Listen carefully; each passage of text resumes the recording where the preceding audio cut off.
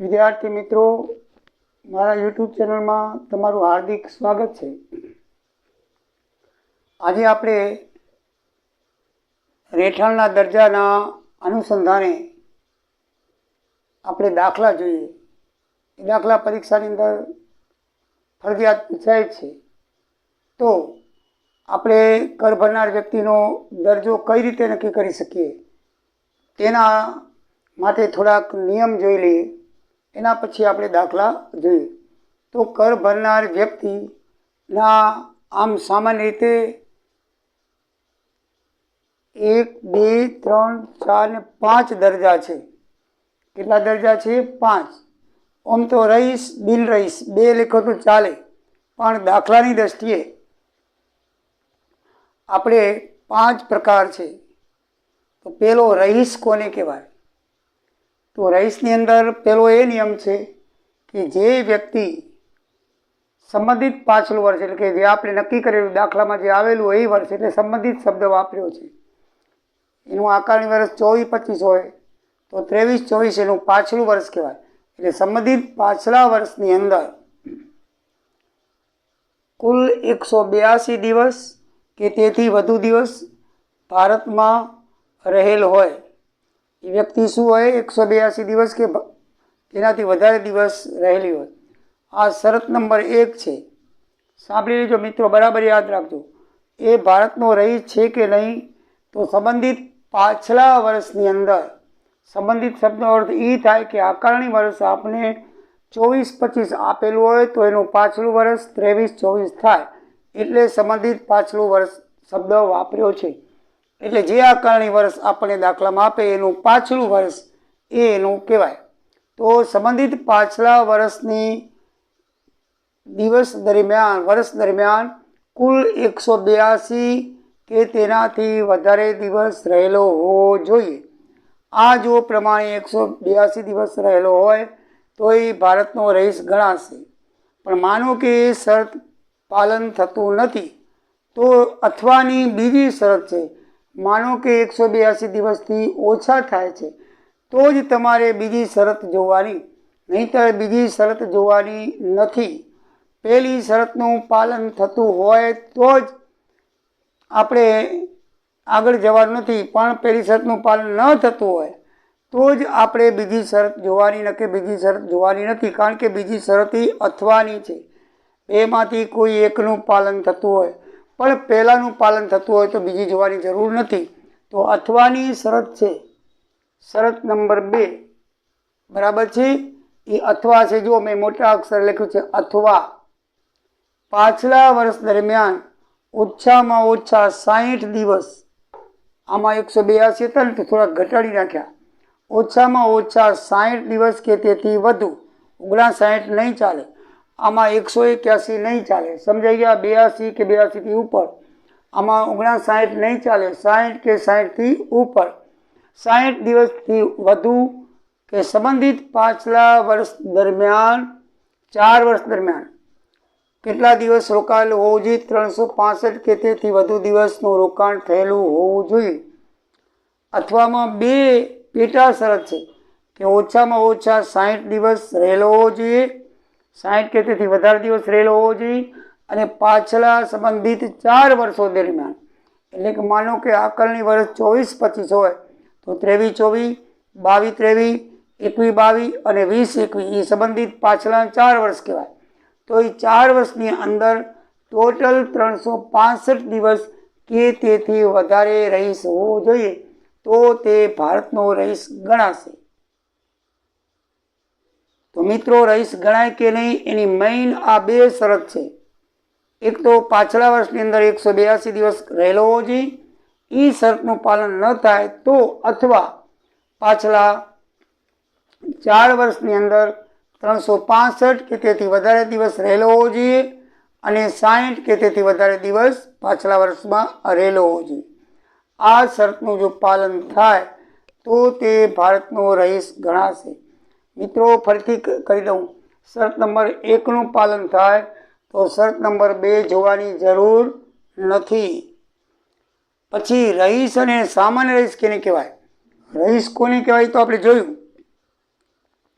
પણ સામાન્ય રહીશ કેને કહેવાય? તો રહીશ અને સામાન્ય રહીશ એટલે આ શરતમાંથી કોઈ પણ એકનું પાલન કરે તો રહીશ તો ગણાય. બરાબર છે. શરત નંબર 1 ઉપર બંનેમાંથી કોઈ પણ એક શરતનું પાલન એટલે વ્યક્તિ રહીશ હોવી જોઈએ. શરત નંબર 1 એ છે કે વ્યક્તિ રહીશ હોવી જોઈએ. વ્યક્તિ કેવી હોવી જોઈએ? રહીશ. પછી શરત નંબર 2 શું છે કે પાછલા વર્ષથી અગાઉના 10 વર્ષોમાંથી 2 વર્ષ માટે ભારતમાં રહીશનો દરજ્જો ધરાવતો હોવો જોઈએ. એટલે કે 24-25 આકારણી વર્ષ હોય તો 23-24ના પાછળ 22-23-21-22 એટલે 10 વર્ષ સુધીમાં કોઈ પણ 2 વર્ષમાં રહીશનો દરજ્જો ધરાવતો હોવો જોઈએ. 10 વર્ષમાંથી કોઈ પણ 2 વર્ષમાં ગમે તે વર્ષ હોય પણ રહીશનો દરજ્જો એટલે કે શરત નંબર 1 પ્રમાણે એ રહીશ હોવો જોઈએ. કેટલી વાર? 2 વાર. 2 વાર. બીજું, પાછલા વર્ષથી અગાઉના 7 વર્ષ દરમિયાન કુલ 730 દિવસ કે તેથી વધુ દિવસ માટે ભારતમાં રહેલો હોવો જોઈએ. બરાબર છે. રહીશનો દરજ્જો ધરાવતો હોવો જોઈએ અને પાછલા 7 વર્ષમાં ટોટલ 730 દિવસ કે તેથી વધુ દિવસ રહેલો હોવો જોઈએ તો તે સામાન્ય રહીશ કહેવાશે. બરાબર. આ બંને શરતનું પાલન થવું જોઈએ તો તે સામાન્ય રહીશ કહેવાશે. બરાબર. આ તો છે જ, રહીશ તો હોવો જ જોઈએ. શરત નંબર 1નું તો પાલન થવું જોઈએ પણ વધારાની આ 2 શરત છે સામાન્ય રહીશ માટે. વધારાની 2 શરત છે સામાન્ય રહીશ માટે. આ બંને શરતો પડાતી હોય તો રહીશ તથા સામાન્ય રહીશ બે ભેગું 1 નંબર રહીશ વત્તા સામાન્ય રહીશ એટલે કે રહીશ અને સામાન્ય રહીશ કહેવાય. પણ જો 2 શરતોમાંથી આ 2 ને 3નો કોઈનું પાલન ન થતું હોય તો એ ફક્ત રહીશ ગણાશે. 1નું પાલન થતું હોય તો ફક્ત શું ગણાશે? રહીશ, પણ સામાન્ય રહીશ કહેવાશે નહીં. સમજાઈ ગયું? પછી રહીશ પણ સામાન્ય રહીશ નહીં. ઓની જેમ જ કે રહીશ પણ સામાન્ય રહીશ નહીં. આ રહીશ અને સામાન્ય રહીશ માટે હતું. હવે રહીશ અને સામાન્ય રહીશ નહીં એટલે શરત નંબર 1નું પાલન થતું હોય પણ આ 2-3નું પાલન ન થતું હોય તો એ રહીશ કહેવાય, કારણ કે શરત નંબર 1નું પાલન થાય છે. પણ સામાન્ય રહીશ કહેવાય નહીં, કારણ કે આ 2 શરતોનું પાલન નથી થતું એટલે સામાન્ય રહીશ કહેવાય નહીં. તો એને શું કહેવાય? રહીશ પણ સામાન્ય રહીશ નહીં. રહીશ પણ સામાન્ય રહીશ નહીં તેવો દરજ્જો કહેવાય. શરત નંબર 1નું જ પાલન થતું હોય પણ રહીશની 2 શરતોનું પાલન ના થતું હોય તો એ કેવો રહીશ કહેવાય? સામાન્ય રહીશ કહેવાય નહીં. એટલે રહીશ પણ સામાન્ય રહીશ નહીં. પછી બિન રહીશ કેને કહેવાય? તો ઉપરની એકેય શરતોનું પાલન ન થતું હોય તો એને બિન રહીશ કહેવાય. આ જે બતાવી છે શરતો એમાં એકેય શરતોનું પાલન ન થતું હોય એને શું કહેવાય? બિન રહીશ કહેવાય. અથવા તો પાછલા વર્ષમાં 60 કે તેથી ઓછા દિવસ ભારતનો રહીશ થયો હોય તો પણ તેને બિન રહીશ કહેવામાં આવે છે. એટલે 60 કે તેથી ઓછા દિવસ એટલે મીન્સ કે ઉપલી શરતોનું એકેયનું પાલન થતું નથી માટે બિન રહીશ કહેવાય. ધારી લીધેલ રહીશ અથવા તો માની લીધેલ રહીશ એટલે ભારતની અંદર રહેતો હોય પણ ઘણા વર્ષોથી પરદેશમાં કમાવા ગયો હોય એટલે મૂળ વંશજ ભારતનો હોય, એના બાપ દાદા કે એના દાદા ભારતના હોય પણ પછી 1-2 પેઢી પરદેશની અંદર કમાવા ગઈ હોય તો એવા માટે શું કહેવાય છે કે પરદેશમાં વસતા નાગરિક મૂળ ભારતીય વંશજ હોય. જો તે ભારતમાં આવે તો જે વર્ષે આવે તેના પાછલા વર્ષ દરમિયાન 120 કે તેથી વધુ પણ 182થી ઓછા દિવસ, 120 દિવસથી વધુ પણ 182થી ઓછા દિવસ રહ્યા હોય તેમજ અગાઉના 4 વર્ષ દરમિયાન 365 કે તેથી વધારે દિવસ રહેલો હોય તો તેવી વ્યક્તિને ધારી લીધેલ રહીશ અથવા માની લીધેલ રહીશ કહેવાય છે. 120 દિવસથી વધુ 182થી ઓછા એટલે 120થી 182 વચ્ચેના દિવસ રહેલો હોવો જોઈએ અને પાછલા 4 વર્ષમાં 365 કે તેથી વધારે દિવસ રહેલો હોય તે વ્યક્તિને ધારી લીધેલ અથવા માની લીધેલ રહીશ કહેવાય. અને એની એક બીજી પણ શરત છે કે સંબંધિત પાછલા વર્ષની આવક 15 લાખથી વધુ હોવી જોઈએ. એની આવક કેવી હોવી જોઈએ? પરદેશી આવક સિવાય, પરદેશી આવક નહીં, ભારતની જ આવક લખવાની, પરદેશી આવક સિવાયની 15 લાખથી વધુ આવક હોવી જોઈએ. ભારતીય નાગરિક ધંધા અર્થે અથવા નોકરી માટે પરદેશ જાય તો મૂળભૂત શરત નંબર 2નું પાલન થશે નહીં. એટલે કે શરત નંબર 1નું જ પાલન થાય. એટલે કે મૂળભૂત શરત આ કહેવાય, 1 ને 2 આ પેટા શરત છે. આ બધી મૂળભૂત શરત કહેવાય. પહેલી 2 શરત એ મૂળભૂત શરત છે. એટલે કે જો ભારતનું નાગરિક હોય એ ટ્રેનિંગ માટે બહાર જાય, વહાણવટા માટે બહાર જાય અથવા નોકરી માટે બહાર જાય તો આવી વ્યક્તિ માટે શરત નંબર 2ની જરૂર નથી. પહેલી જ વખત બહાર જતો હોય. કારણ કે શરત નંબર 2 તો એ જ કહે છે કે 365 દિવસ રહેલા હોય છે અને 4 વર્ષ દરમિયાન 365 દિવસને 60 દિવસથી વધુ હોય છે.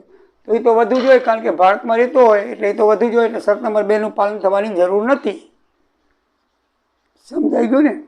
ભારતની બહાર એ પહેલી વખત જતું હોય નોકરી માટે, પછી વહાણોની અંદર મોટી સ્ટીમરોમાં નોકરી કરતા હોય છે માણસો, બરાબર, લાંબો દરિયા કિનારો હોય, 2-3, 5-5, 6-6 મહિના લાગી જાય, બરાબર, વહાણની અંદર.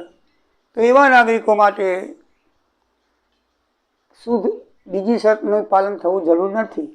આ શરતનું પાલન થવું જોઈએ. આ શરત લાગુ હોવી જોઈએ. શરત નંબર 2નું પાલન થવું જોઈએ નહીં. એટલે કે શરત નંબર 1નું પાલન થવું જોઈએ. એના માટે ફક્ત 1નું પાલન થાય તો એ રહીશ ગણાશે. સમજાઈ ગયું મારા વિદ્યાર્થી મિત્રો? ફરીથી 1 મિનિટની અંદર રિપીટેશન કરી જાઉં કે પાછલા વર્ષની અંદર 182 દિવસ રહીશ હોવો જોઈએ તો રહીશ ગણાશે. એ ન હોય શરત, એ શરત ન પડાય તો બીજી શરત જોવાની કે પાછલા વર્ષની અંદર 60 દિવસ તેથી વધુ અથવા તો પાછલા 4 વર્ષ દરમિયાન 365 કે તેથી વધુ દિવસ રોકાયેલો હોય એવી વ્યક્તિને રહીશ ગણાશે. તો સામાન્ય રહીશ કેને કહેવાય? તો સામાન્ય રહીશ એને કહેવાય કે જે પાછલા વર્ષમાં 10 વર્ષોમાંથી 2 વર્ષ માટે રહીશનો હોદ્દો ધરાવતો હોવો જોઈએ અથવા તો 730 દિવસ ભારતની અંદર રોકાયેલો હોવો જોઈએ. અથવાની ફરજિયાત છે, 730 દિવસ 7 વર્ષ દરમિયાન રોકાયેલો હોવો જોઈએ. પછી બિન રહીશ એટલે ઉપરની એકે શરતોનું પાલન ન થતું હોય એને બિન રહીશ કહેવાય, અથવા તો 60 દિવસથી ઓછા દિવસ હોય એને પણ બિન રહીશ કહેવાય. પછી ધારી લીધેલ વ્યક્તિ રહીશની અંદર પાછલા વર્ષની અંદર 120 થી 182 દિવસો દરમિયાન રહેલો હોવો જોઈએ. 120 દિવસથી વધુ, 182 થી ઓછો અને પાછલા 4 વર્ષ દરમિયાન 365 કે તેથી વધારે દિવસ રહેલો હોવો જોઈએ. તેની આવક 15 લાખથી વધુ હોવી જોઈએ. તો તેવા વ્યક્તિને ભારતની માની લીધેલ અથવા તો ધારી લીધેલ રહીશ કહેવામાં આવશે. મિત્રો, આ શરતો દાખલા માટે જરૂરી છે. બરાબર રિપીટેશન કરી દેજો, વાંચજો. દાખલા ગણવા માટે હંમેશા પહેલી શરત જોવાની. આ એકે શરતો અત્યારે ધ્યાનમાં નહીં દેવાની. પહેલી શરત જોવાની, પછી જ આગળ વધવાનું. કારણ કે પહેલી શરતનું પાલન ન થતું હોય તો બીજી શરત, અને બીજી શરતનું પાલન ન થતું હોય તો પછી આ એકે જોવાની જરૂર નથી. ભારતનો બિન રહીશ છે તેમ લખી નાખવાનું આંખો મીચીને. બરાબર છે? કારણ કે થતું ન હોય તો પછી શું થાય? બંને શરતમાંથી એક શરતનું તો પાલન થતું હોવું જોઈએ. બરાબર છે? તો મિત્રો, હવે આપણે દાખલા ગણીએ. બરાબર છે? 1 નંબર અને 2 નંબરનો દાખલા જોઈએ, તેનાથી તમને વધારે શરતોની ખ્યાલ આવશે.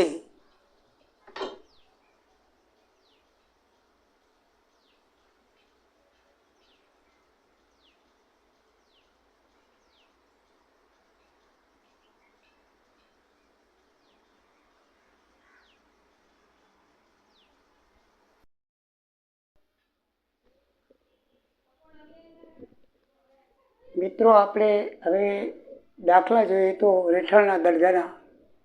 તો ઉદાહરણ નંબર 1માં કહેવામાં આવે છે કે ભારતીય નાગરિક શ્રી અનુરાગ મહેતા છેલ્લા 15 વર્ષથી અમેરિકામાં નોકરી કરે છે. તેઓ 1/7/23ના રોજ ભારતની મુલાકાતે આવે છે અને 30/4/24ના અમેરિકા પરત ચાલે જાય છે. તો આકારણી વર્ષ 24-25 માટે તેમનો રહેઠાણનો દરજ્જો નક્કી કરો. તો સૌથી પહેલાં આપણે પાછળનું વર્ષ, આકારણી વર્ષ આપણને પહેલાં 2 વર્ષ દાખલામાં લખી લેવાના. આકારણી વર્ષ પહેલાં લખવાનું 24-25 અને એનું પાછલું વર્ષ કયું થાય 23-24. તો બંને વર્ષ પહેલાં દાખલાની ગણતરી કરતાં પહેલાં લખી લેવાના. એટલે આપણને ખ્યાલ આવે કે આ આકારણી વર્ષ છે અને આ પાછલું વર્ષ છે. એટલે આપણે દિવસ આના ગણવાના છે. 23-24 એટલે મિત્રો 1/4/23થી 31/3/24 ત્યાં સુધીના દિવસ ગણવાના છે. એટલે 4, 5, 6 તો છે જ નહીં. 7માના એ આવ્યો છે એટલે 7 July, August, September, October, November, December, January, February અને માર્ચના રોજ 23નું વર્ષ પૂરું થાય. આ 30/4ના રોકાણો છે પણ એ ગણાશે નહીં. ચોથો મહિનો નહીં ગણાય. શું કામ નહીં ગણાય? કારણ કે આપણે 23-24ના વર્ષના દિવસો ગણવાના છે અને 23-24નું વર્ષ તમને મિત્રો ખ્યાલ છે 1/4/23થી 31/3/24 સુધીના 12 મહિના ગણાય. એટલે 31/3/24ના રોજ એ ફાઇનાન્શિયલ યર પૂરું થાય અને આ છે 30/4/31 પછી છે એટલે નવું વર્ષ 24-25 શરૂ થઈ જાય. એટલે આપણે એ દિવસ ચોથો મહિનો ગણવાનો નથી. આપણે હંમેશા 31/3 માર્ચ સુધીના દિવસો ગણવાના જો 23-24 વર્ષ હોય તો. 184 ને એમાં 91 ઉમેરી નાખીએ 275 દિવસ ટોટલ એ પાછલા વર્ષમાં રહ્યા છે. તો શરત નંબર 1નું પાલન થાય છે કે પાછલા વર્ષની અંદર 182 કે તેથી વધુ દિવસ હાજર હોવા જોઈએ. હવે મિત્રો બીજી શરત જોવાની જરૂર નથી. એ ભારતના રહીશ છે. હા, શરત નંબર 1 મુજબ ભારતના રહીશ ગણાશે. બીજી શરત તપાસવાની જરૂર નથી. અથવાની છે, આપણે તપાસવાની જરૂર નથી. ફક્ત પહેલી જ જોવાની છે. તો એ ભારતના રહીશ ગણાશે. કેવા ગણાશે? ભારતના રહીશ. પણ સાથે એ જોઈ લેવાનું કે એ સામાન્ય રહીશ કે છે કે નહીં. તો સામાન્ય રહીશની મિત્રો શું શરત છે કે 60 કે તેથી વધારે દિવસ રોકાયેલા હોવા જોઈએ અને 365 દિવસ છેલ્લા 4 વર્ષમાં રોકાયેલા હોવા જોઈએ. તો એકે શરતનું પાલન થતું નથી. એકનું થાય છે 60 દિવસથી વધારે રોકાયેલા છે પણ છેલ્લા 4 વર્ષોમાં 365 દિવસ રોકાયેલા નથી. ફક્ત આટલાથી આટલા દિવસ આવ્યા છે, પછી કે આવ્યા એનો ઉલ્લેખ નથી દાખલામાં. એટલે 275 દિવસ રોકાણ છે, 365 દિવસનું રોકાણ નથી. એટલે કહેવાનો મતલબ એ કે 60 દિવસથી વધારે રોકાણ છે પણ એની જે પેટા શરત બીજી પણ છે કે છેલ્લા 4 વર્ષોમાં 365 દિવસ રોકાયેલા હોવા જોઈએ તે નથી. એટલે મીન્સ કે રહીશની જે છે એ શરતનું પાલન થાય છે પણ સામાન્ય રહીશની જે 2 શરત છે તેનું પાલન થતું નથી. એટલે એ રહેઠાણનો દરજ્જો રહીશ પણ સામાન્ય રહીશ નહીં તે ગણાશે. રહીશ કેવા છે પણ સામાન્ય રહીશની જે 2 શરતો આપણે અગાઉ ચર્ચા કરી ગયા એ 2નું પાલન થતું નથી. માટે એનો દરજ્જો શું થશે? રહીશ પણ સામાન્ય રહીશ નહીં. દાખલા નંબર 2 ઉદાહરણ. મિસ્ટર સ્માર્ટ પરદેશી નાગરિક છે. પાછલું નાણાકીય વર્ષ 23-24 છે. તપાસ કરતાં માલુમ પડે છે કે તેઓ 14/11/23થી 31/12/23 બંને દિવસ સહિત ભારતની અંદર હાજર હતા અને પાછલા 4 વર્ષોમાં એટલે 2019-20થી કરીને 2020-23 એટલે 4 વર્ષ થયા. એ 4 વર્ષ દરમિયાન 385 દિવસ એ પાછા ભારતમાં હાજર હતા. આકારણી વર્ષ 24-25 માટે તેમના રહેઠાણનો દરજ્જો નક્કી કરો અને એના કારણ આપો. તો પહેલાં છેલ્લું આકારણી વર્ષ 24-25 છે, પાછલું વર્ષ 23-24 છે. તો 23-24 દિવસ દરમિયાન કેટલા દિવસ હાજર રહ્યા? તો એ આપણે 14/11થી 31/12 સુધી જ હાજર રહ્યા છે. બીજો કોઈ ઉલ્લેખ કરેલો નથી. તો આપણે 14/11/23થી 31/12 દિવસના ગણવાના. 14 દિવસ લેખવાનો ને 31 પણ લેખવાનો. એટલે નવેમ્બરના 17 દિવસ થાય. 17 ને 14 31. આ 14 લેખવાનો છે એટલે 31 થાય. નવેમ્બરના 30 દિવસ થાય પણ 14મો દિવસ લેખો એટલે 17 દિવસ થાય. ડિસેમ્બરના 30 દિવસ બાદ આ 14મો લેખવાનો છે એટલે 13 દિવસ બાદ કરી નાખો નવેમ્બરમાંથી. 30માંથી 13 જાય એટલે 17. ડિસેમ્બરના 31. 7 ને 8, 3 1 4. બિન રહીશ કહેવાશે, કારણ કે પહેલી શરતનું પાલન થતું નથી ને બીજીનું પણ પાલન થતું નથી. પહેલી નંબર શરત એક છે કે પાછલા વર્ષની અંદર 182 દિવસ હાજર રહેવા જોઈએ, એ 48 દિવસ હાજર છે, એટલે શરત નંબર 1નું પાલન થતું નથી. તો આપણે શરત નંબર 2 જોઈએ. પાછલા વર્ષની અંદર 60 કે તેથી વધારે દિવસ હાજર હોવા જોઈએ, નથી, 48 દિવસ જ છે. અને બિન રહીશની આપણે શરત છે કે 60 કે તેથી ઓછા દિવસ રોકાયેલા હોય તો હંમેશા એ બિન રહીશ કહેવાય. આપણે જોઈને બિન રહીશની જે વ્યાખ્યા જોઈએ આપણે કે 60 કે તેથી ઓછા દિવસ, આપણે ગણતરી કરી લીધી કે 60 કે તેથી ઓછા દિવસ છે, માટે બિન રહીશ કહેવાશે. એકે શરતનું પાલન થતું નથી. તો આપણે લખશું કે શરત નંબર 1નું પાલન થતું નથી અને અથવાની શરત 2નું પણ પાલન થતું નથી. તો શરત નંબર 1 અને 2માંથી કોઈ પણ શરતનું પાલન થતું નથી, માટે તે બિન રહીશ ગણાશે. કેવો કહેવાશે?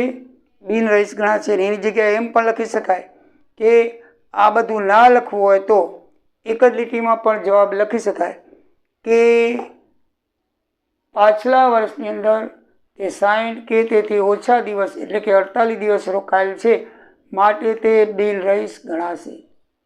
આ ન લખવું હોય તો ચાલે મિત્રો. આ તો તમને સમજણ પડે કે 1 ને 2નું પાલન થયું. બિન રહીશની શરત એક જ છે કે 60 કે તેથી ઓછા દિવસ હોય તો હંમેશા બિન રહીશ ગણાય.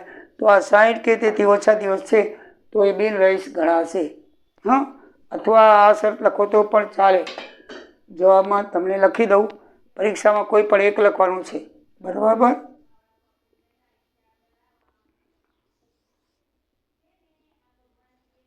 સાઠ કે તેથી ઓછા દિવસ, કૌંસમાં લખો 48 દિવસ નું રોકાણ છે, માટે બિન રહીશની વ્યાખ્યા મુજબ કે તેનો રહેઠાણનો દરજ્જો બિન રહીશ ગણાશે.